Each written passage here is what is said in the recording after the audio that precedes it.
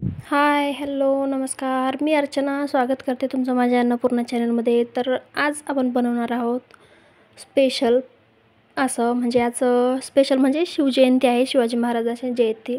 तर त्याबद्दल आपण बनवणार आहोत बटाट्याची भाजी आणि पुरी. तर असं जास्त वेगळं काही नाही आहे ह्यामध्ये, बट एक वेळेस ह्या पद्धतीने नक्की ट्राय करून बघा. तर त्यासाठी मी इथे 2 ते 3 बटाटे याचे छोटे छोटे काप करून घेतलेले आहेत, म्हणजे लवकर उकडतील. तर त्यामध्ये पातेल्यामध्ये 2 ग्लास पाणी घेऊन त्याला उकडायला ठेवलेले आहे. जोपर्यंत बटाटे उकडते तोपर्यंत आपण पुऱ्यांसाठी कणिक मळून घेऊयात. तर इथे मी 3 ते 4 माणसांसाठी करत आहे. तर त्यासाठी कणिक घेतलेली आहे. त्यामध्ये थोडं चवीनुसार मीठ घातलं आहे आणि त्याला आपण नॉर्मली जशी कणिक मळतो त्यापेक्षा थोडं कणिक अशी निब्बर म्हणजे थोडी घट्ट मळून घेतलेली आहे.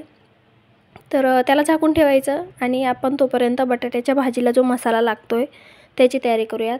तर इथे मी तीळ, खोबरं आणि शेंगदाणे घेतलेत. आता तीळ भाजून घेतलेले आहेत. तीळ भाजून झाल्यानंतर कढईमध्ये तेल घ्यायचे आणि त्यामध्ये खोबरे घालायचे. खोबरे छान असं काळपट कलर येईपर्यंत त्याला भाजून घ्यायचे आहे, म्हणजे मसाल्याची जी ग्रेव्ही आहे ती छान होते आणि भाजीला चवही छान येते. आता खोबरे भाजून झालेले आहेत. त्यानंतर शेंगदाणे भाजून घ्यायचे आहेत. तर मला काहीतरी वेगळंच करायचं होतं, पनीर. पण ह्यांना म्हटलं जा तुम्ही मार्केटमध्ये, तर ह्यांनी पण कंटाळा केला आणि स्पेशल काहीतरी बनवायचंच होतं आणि मेन म्हणजे काही घरामध्ये सध्या भाजीला काही अवेलेबल नव्हतं. मग म्हटलं चला सोप्यात सोपी भाजी बनवूयात. आता शिवजयंती म्हटल्यानंतर काहीतरी स्पेशल व्हायलाच पाहिजे. तर बघू शकता इथे बटाटे हे शिजून तयार आहेत. त्याचे मी छोटे छोटे परत काप करून घेतलेले आहेत.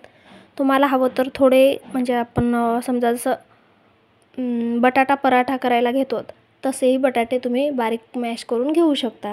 तर इथे कढईमध्ये तेल घेतलेले आहे. त्यामध्ये मोहरी घालायची. मोहरी छान तडतडली की त्यामध्ये जिरे घालायचे. जिरेही तेलामध्ये छान असे होऊ द्यायचे. जोपर्यंत तेल छान कडक तपत नाही तोपर्यंत त्यामध्ये काहीही घालायचे नाही आहे, म्हणजे भाजीला चव छान येते. नसता मोहरी जर नाही फुटली तेलामध्ये तर ती चव नाही येत जशी पाहिजे तशी. त्यानंतर त्यामध्ये कढीपत्ता घालायचा, लसूण घालायचा. लसणाला थोडासा लालसर रंग आला की त्यामध्ये थोडीशी हळद घालायची आणि हळद घालून आपण जे बटाटे घेतले होते ते घालायचे आहेत. तर मी अगोदर बटाटे घालून मिक्स करून थोडेसे माझ्या बाळासाठी वर बटाटे काढून घेणार आहे त्यामुळे मी तेलामध्ये मसाले जे आहेत ते घातले नाही आहेत. तुम्ही हवं तर तुम्ही अगोदरही मसाले घालू शकता. तर ह्याला 1 ते 2 मिनिटे परतवून घेतले आणि त्यामधून थोडीशी भाजी माझ्या बाळासाठी मी काढून घेतलेली आहे. आता त्यामध्ये घरगुती गरम मसाला घातलेला आहे आणि लाल तिखट घातले. तर ह्याला परत छान असं परतवून घ्यायचं आहे. तुम्ही बघू शकता किती सुंदर असा रंग आलेला आहे. एक वेळेस नक्की ट्राय करून बघा. आणि त्यानंतर जो आपण शेंगदाणे, खोबरा आणि तीळ ह्याचा कूट करून घेतला होता तो घालायचा. चवीनुसार मीठ घालायचे आणि परत ह्याला 1 ते 2 मिनिटे तेल सुटेपर्यंत परतवून घ्यायचे आहे. किती सुंदर असा रंग आलेला आहे. तर ह्या पद्धतीने एक वेळेस नक्की ट्राय करून बघा आणि तुम्हाला माझ्या रेसिपीज कशा वाटतात हेही मला कमेंटमध्ये नक्की सांगा. आणि तुम्ही शिवजयंती स्पेशल काय केलं होतं हेही मला कमेंट करून नक्की सांगा. तर आता ह्यामध्ये मी 1 ते 1.5 ग्लास पाणी घातलेलं आहे. मला थोडी म्हणजे जास्त पातळही नाही भाजी करायची आणि जास्त घट्टही नाही करायची आहे. तर त्यामध्ये नंतर वरून कोथिंबीर घालायची आणि मिक्स करून याला 5 ते 6 मिनिटे मंद आचेवर शिजवून घ्यायचे आहे. तर भाजी शिजते तोपर्यंत आपण पुऱ्यांची तयारी करूयात. तर इथे मी पुऱ्यांचे छोटे छोटे गोळे करून घेतलेले आहेत कणकीचे. तुम्हाला हवं तर तुम्ही म्हणजे एक पोळी लाटून त्यावर ग्लासने किंवा वाटीने पुऱ्या काढून घेऊ शकता. तर मी असल्याच करते किंवा कुणी तर बघा असं एक पोळी लाटून त्याचे 4 काप करायचे असंही करतात. बट शक्यतो मी असल्याच पुऱ्या करते गोल लाटून. तुम्हाला हवं तर तुम्ही तेलही लावू शकता. इथे मी पीठ लावलेले आहे. तर तयार आहे आपली पुरीही लाटून. बघू शकता जास्त जाडही नाही आहे आणि जास्त पातळही नाही आहे, म्हणजे आपल्या पुऱ्या ज्या आहेत त्या छान तेलामध्ये फुगतील. इकडे तेलही गरम झालेले आहे. तेलामध्ये एक एक पुरी घालायची आणि ती छान अशी तळून काढायची आहे. तेल जास्त गरमही नाही होऊ द्यायचं आणि जास्त गारही नाही ठेवायचं, म्हणजे आपली पुरी कशी कडक होईल जास्त जर गार तेल असेल तर. तर बघू शकता कशी फुगलेली आहे पुरी. दिसायलाही किती सुंदर दिसते. या जेवायला आणि एक वेळेस नक्की ट्राय करून बघा. तर अशा पद्धतीने सर्व पुऱ्या आपण तेलामध्ये तळून घेऊयात.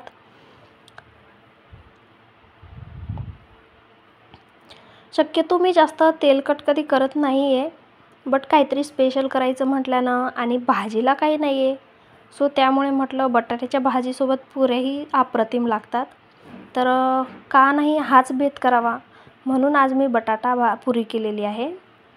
तर इकडे भाजी ही आपली ऑलमोस्ट शिजलेली आहे. बघू शकता किती सुंदर रंग आलेला आहे. अप्रतिम अशी खायलाही खूप छान लागते.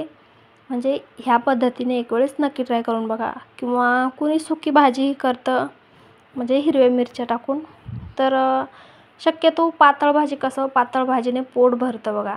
जास्त सुकी भाजी म्हणजे मला तर नाही आवडत, बट तुम्ही ट्राय करू शकता. तर चला ताट वाढून घेऊयात.